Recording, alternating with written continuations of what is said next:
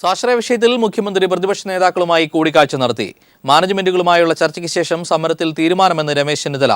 മുഖ്യമന്ത്രിയുമായുള്ള ചർച്ച തൃപ്തികരമെന്നും മുഖ്യമന്ത്രി ക്രിയാത്മകമായി പ്രതികരിച്ചുവെന്നും രമേശ് ചെന്നിത്തല. മുഖ്യമന്ത്രിയുമായുള്ള കൂടിക്കാഴ്ചയ്ക്ക് ശേഷം പ്രതികരിക്കുകയായിരുന്നു രമേശ് ചെന്നിത്തല.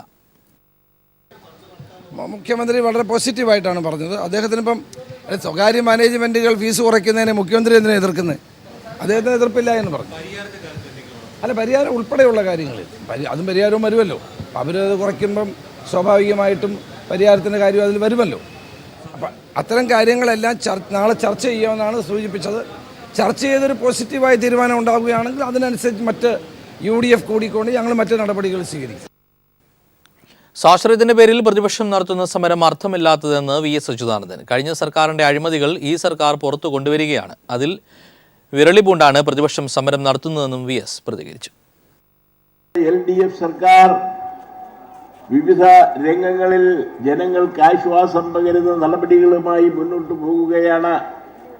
വിലക്കയറ്റം പിടിച്ചു നിർത്താനും ക്ഷേമ പെൻഷനുകൾ വിതരണം ചെയ്യാനും പുതിയ സംരംഭങ്ങൾക്ക് തുടക്കം കുറിക്കാനുമാണ് സർക്കാർ നടത്തിക്കൊണ്ടിരിക്കുന്ന ശ്രമങ്ങൾ ഇതിൻ്റെ ഭാഗമാണ്. കഴിഞ്ഞ ഉമ്മൻചാണ്ടി സർക്കാരിൻ്റെ കാലത്തെ അഴിമതികൾ ഒന്നൊന്നായി നിയമത്തിൻ്റെ മുമ്പിൽ കൊണ്ടുവരുന്നതിനുള്ള നടപടികളും സ്വീകരിച്ചു വരികയാണ്. ഇതെല്ലാം കണ്ട് വിരളി പിടിച്ച പ്രതിപക്ഷം അർത്ഥമില്ലാത്ത സമരങ്ങൾ നടത്തി സ്വയം പരിഹാസ്യരാകുകയാണ്. MLA-മാരുടെ സമരം ഉടൻ പിൻവലിക്കേണ്ടെന്ന് UDF തീരുമാനം. മെഡിക്കൽ മാനേജ്മെന്റുകളുടെ നാളത്തെ തീരുമാനം വരുന്നതുവരെ സമരം തുടരാൻ ധാരണ. വ്യാഴാഴ്ച സെക്രട്ടേറിയറ്റിന് മുന്നിലേക്ക് മാർച്ച് നടത്താനും തീരുമാനമായി. ഘടകകക്ഷി നേതാക്കൾ സെക്രട്ടേറിയറ്റിന് മുന്നിൽ നടത്താനിരുന്ന നിരാഹാര സമരം വേണ്ടെന്ന് വെച്ചു. സാഹചര്യങ്ങളിൽ അയവ് വന്നിട്ടുണ്ടെങ്കിലും MLA-മാരുടെ സമരം ഉടൻ അവസാനിപ്പിക്കേണ്ടെന്നാണ് UDF തീരുമാനം. നിലവിൽ നിരാഹാര സമരം നടത്തുന്ന MLA-മാർക്ക് ആരോഗ്യ പ്രശ്നങ്ങളുണ്ടായാൽ മറ്റ് MLA-മാർ സമരം തുടരും. അതേസമയം ഘടകകക്ഷി നേതാക്കൾ സെക്രട്ടേറിയറ്റിന് മുന്നിൽ ആലോചിച്ച നിരാഹാര സമരം വേണ്ടെന്ന് വെച്ചു. പകരം 6-ാം തീയതി സെക്രട്ടേറിയറ്റിലേക്ക് മാർച്ച് നടത്തും. 7-ാം തീയതി മുതൽ പൂജ അവധിക്കായി ഒരാഴ്ച നിയമസഭ സമ്മേളിക്കില്ല. ഈ സമയത്ത് സമരം മുന്നോട്ട് കൊണ്ടുപോകുന്നത് ആലോചിക്കാൻ 6-ന് വീണ്ടും UDF ചേരും. അങ്ങനെ ഒരു സജഷൻ അവർ ചർച്ച ചെയ്തപ്പോൾ ഒരു നിർദ്ദേശം വന്നൊരു തീരുമാനമായിട്ടില്ല. ഒരാൾ പ്രഖ്യാപിച്ച തീരുമാനമാവും എന്ന് മുഖ്യമന്ത്രി തീരുമാനമാവണമെങ്കിൽ ഞങ്ങൾ കൂടി സമ്മതിക്കണ്ടേ? മുഖ്യമന്ത്രി തീരുമാനിച്ചാൽ മതിയോ? സമരം നിയമസഭയൊന്നുമുണ്ടല്ലോ. സമരം ഞങ്ങളുകൂടി തീരുമാനിക്കേണ്ട. അപ്പോഴല്ല തീർന്ന് കാര്യങ്ങൾ തീരുള്ളൂ. അല്ലാണ്ട് മുഖ്യമന്ത്രി പറയണ കുറേ കാര്യങ്ങൾ പറഞ്ഞത് മാത്രം തീരുമാനങ്ങളാവും. തലവരിപ്പടത്തിൽ ക്രൈംബ്രാഞ്ച് അന്വേഷണം, പരിയാരം ഫീസിന്റെ കാര്യത്തിൽ വിദ്യാർത്ഥികൾക്ക് അധിക ബാധ്യത വരുത്താത്ത നടപടികൾ തുടങ്ങിയ പ്രതിപക്ഷ ആവശ്യങ്ങളിൽ രാവിലെ മുഖ്യമന്ത്രി അനുകൂല നിലപാട് സ്വീകരിച്ചിരുന്നു. ഇത് പരിഗണിക്കാതെയാണ് സമരം തുടരുന്നത്.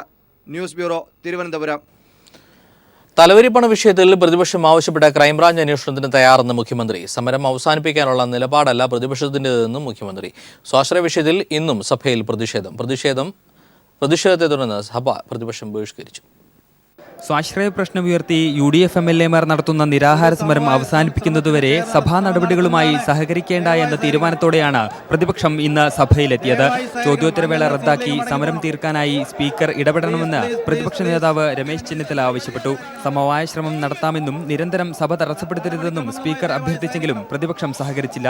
പ്രതിഷേധത്തെ തുടർന്ന് ചോദ്യോത്തരവേള നിർത്തിവെച്ച സ്പീക്കർ കക്ഷി നേതാക്കളുടെ യോഗം വിളിച്ചു. സമരം അവസാനിപ്പിക്കുന്നതുമായി ബന്ധപ്പെട്ട് കക്ഷി നേതാക്കളുടെ ഒരു യോഗം ചേരുകയുണ്ടായി. ബഹുമാനപ്പെട്ട മുഖ്യമന്ത്രിയും പ്രതിപക്ഷ നേതാവും ഉൾപ്പെടെയുള്ള ആളുകളെല്ലാം അതിൽ പങ്കെടുത്തു. ചർച്ച വളരെ സൗഹാർദ്ദപരമായിരുന്നു. പ്രശ്ന പരിഹാരത്തിനും സമവായത്തിനും പൂർണ്ണമായി സാധിച്ചിട്ടില്ലെങ്കിലും വിഷയത്തിൻ്റെ വിവിധ വശങ്ങൾ പരസ്പരം ചർച്ച ചെയ്യുകയുണ്ടായി. പരിയാരം മെഡിക്കൽ കോളേജിൽ ഫീസ് കുറയ്ക്കണമെന്നും തലവരിപ്പണം സംബന്ധിച്ച വിജിലൻസ് അന്വേഷണത്തിന് പകരം ക്രൈംബ്രാഞ്ച് അന്വേഷണം നടത്തണമെന്നുമാണ് യോഗത്തിൽ പ്രതിപക്ഷം ആവശ്യപ്പെട്ടത്. ക്രൈംബ്രാഞ്ച് അന്വേഷണത്തിന് സർക്കാർ തയ്യാറാണെന്ന് വ്യക്തമാക്കിയ മുഖ്യമന്ത്രി പരിയാരത്ത് അടുത്ത വർഷം മുതൽ വിദ്യാർത്ഥികൾക്ക് അധിക ബാധ്യത ഉണ്ടാവില്ലെന്നും ഉറപ്പു നൽകി. പരിയാരം മെഡിക്കൽ കോളേജ് പെട്ടെന്ന് തന്നെ സർക്കാർ ഏറ്റെടുക്കാൻ പോവുകയാണ്. അത്തരമൊരു സാഹചര്യം വന്നാൽ ആ കുട്ടികൾക്ക് അധിക ബാധ്യത ഇല്ലാതിരിക്കാൻ ആവശ്യമായ എല്ലാ കാര്യങ്ങളും സർക്കാർ ശ്രദ്ധിക്കും. പ്രതിപക്ഷം ആവശ്യപ്പെട്ടപ്പോഴെല്ലാം യോഗം വിളിച്ചതായും സർക്കാരിന് ഇക്കാര്യത്തിൽ പിടിവാശിയില്ലെന്നും മുഖ്യമന്ത്രി വ്യക്തമാക്കി. എന്നാൽ പ്രതിപക്ഷം സഭ ബഹിഷ്കരിക്കുകയായിരുന്നു. നേരത്തെ C. ദിവാകരൻ MLA-യും പ്രതിപക്ഷവുമായി മധ്യസ്ഥ ചർച്ച നടത്തിയിരുന്നു. അതേസമയം നിരാഹാര സമരം അനുഷ്ഠിക്കുന്ന ഹൈബി ഈഡൻ, ഷാഫി പറമ്പിൽ എന്നിവരുടെ ആരോഗ്യനില മോശമാണെന്ന് ഡോക്ടർമാർ സ്പീക്കർക്ക് റിപ്പോർട്ട് നൽകി. നിയമസഭയിൽ നിന്നും എസ് ഷീജയ്ക്കൊപ്പം ജിതിൻ ചന്ദ്രൻ. മെഡിക്കൽ മാനേജ്മെന്റ് അസോസിയേഷന്റെ അടിയന്തര യോഗം നാളെ തിരുവനന്തപുരത്ത് ചേരും. ഫീസ് നിരക്ക് കുറയ്ക്കാൻ നിയമപരമായും സാങ്കേതികമായും സാധിക്കില്ലെന്ന നിലപാടിലാണ് മാനേജ്മെന്റുകൾ. അതേസമയം സ്കോളർഷിപ്പ് നൽകുന്ന കാര്യം പരിഗണിക്കാമെന്ന് ആണ് താൻ പറഞ്ഞതെന്ന് ഫസൽ ഗഫൂർ തിരുത്തിയിരുന്നു. MBBS പ്രവേശനത്തിലെ മെറിറ്റ് സീറ്റിലെ ഫീസ് കുറയ്ക്കാമെന്ന MES അധ്യക്ഷൻ ഫസൽ ഗഫൂറിന്റെ പ്രസ്താവനയാണ് മെഡിക്കൽ മാനേജ്മെന്റ് അസോസിയേഷനെ പ്രതിസന്ധിയിലാഴ്ത്തിയത്. ഇതേ തുടർന്നാണ് മാനേജ്മെന്റ് അസോസിയേഷൻ അടിയന്തര യോഗം വിളിച്ചത്. നാളെ തിരുവനന്തപുരത്ത് ചേരുന്ന യോഗത്തിൽ വിഷയം ചർച്ച ചെയ്യും. അസോസിയേഷൻ സെക്രട്ടറി അനിൽ: ഇതുവരെ മാനേജ്മെന്റ് അസോസിയേഷന് മുമ്പിൽ അങ്ങനെ ഒരു ചർച്ച വന്നിട്ടില്ല. ഒരു അടിയന്തര ജനറൽ ബോഡി മീറ്റിംഗ് നാളെ തിരുവനന്തപുരത്ത് വെച്ച് വിളിക്കുന്നുണ്ട്. അപ്പോൾ അതിൽ എന്തെങ്കിലും ഈ രീതിയിലുള്ള സജഷൻസ് വരുമോ എന്ന് ഇപ്പോൾ പറയാൻ പറ്റത്തില്ല. എന്നാൽ ഫീസ് നിരക്ക് കുറയ്ക്കാൻ സാധിക്കില്ല എന്ന നിലപാടിലാണ് മാനേജ്മെന്റുകൾ. നിയമപരമായോ സാങ്കേതികമായോ ഇതിന് സാധിക്കില്ലെന്നാണ് ഇവരുടെ വാദം.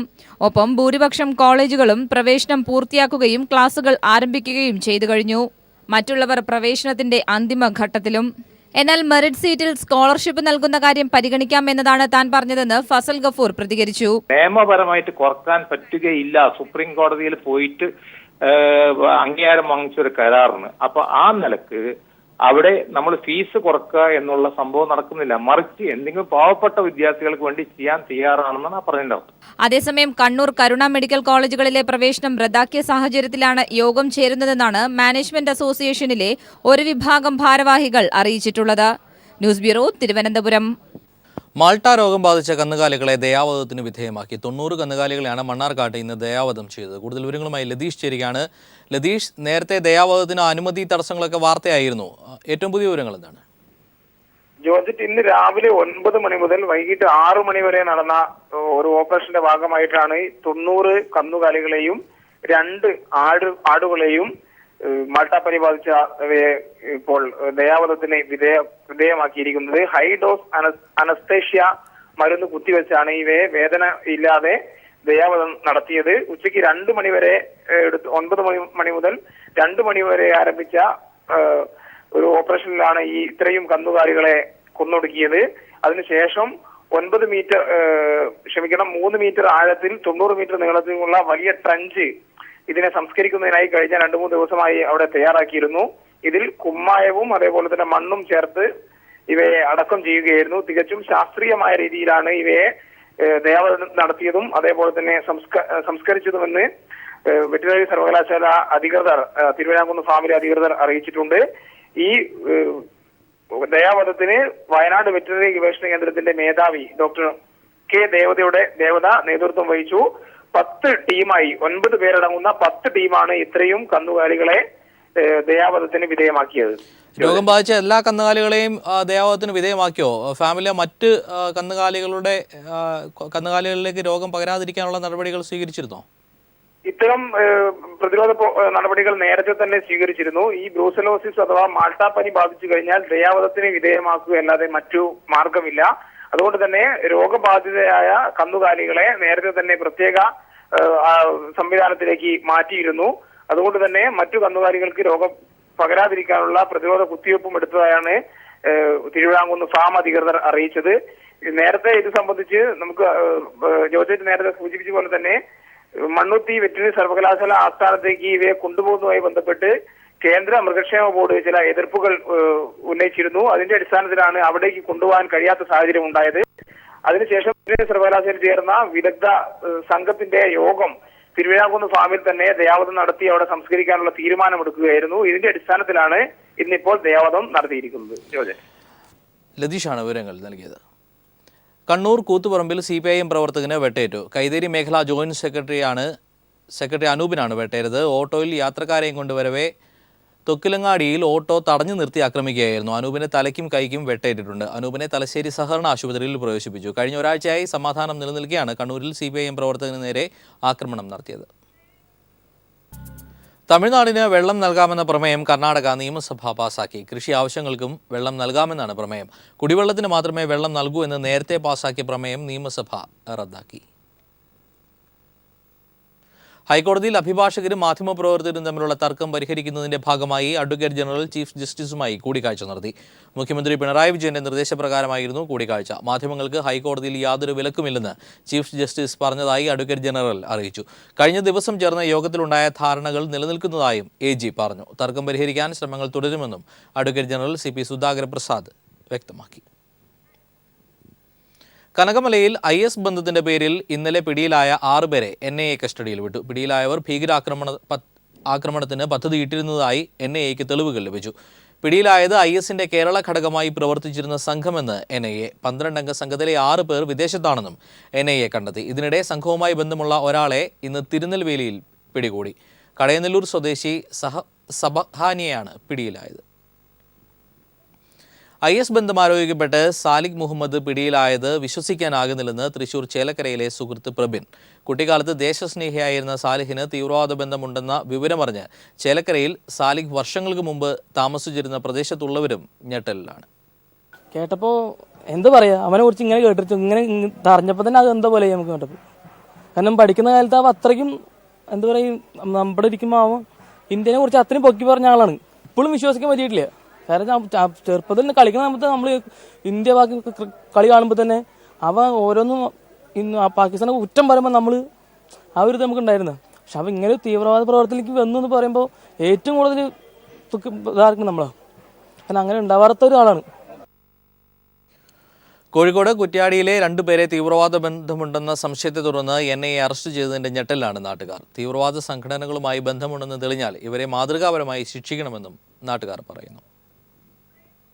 തമിഴ്നാട് മുഖ്യമന്ത്രി ജയലളിതയുടെ ആരോഗ്യനിലയിൽ നല്ല പുരോഗതിയെന്ന് AIDMKയുടെ സ്ഥിരീകരണം. ജയലളിതയെ താമസിപ്പിക്കുന്ന അപ്പോളോ ആശുപത്രിയിലെ 2ാം നിലയിൽ ആർക്കും നിയന്ത്രണം ഏർപ്പെടുത്തിയിട്ടില്ലെന്നും AIDMKയുടെ വിശദീകരണം. AIDMKയുടെ ഒഫീഷ്യൽ പേജിലാണ് വിശദീകരണം വന്നിരിക്കുന്നത്. അതേസമയം ജയലളിതയുടെ ബോധം തിരിച്ചു കിട്ടിയതായി അപ്പോളോ ആശുപത്രി അധികൃതർ മെഡിക്കൽ ബുള്ളറ്റിനിൽ വ്യക്തമാക്കി.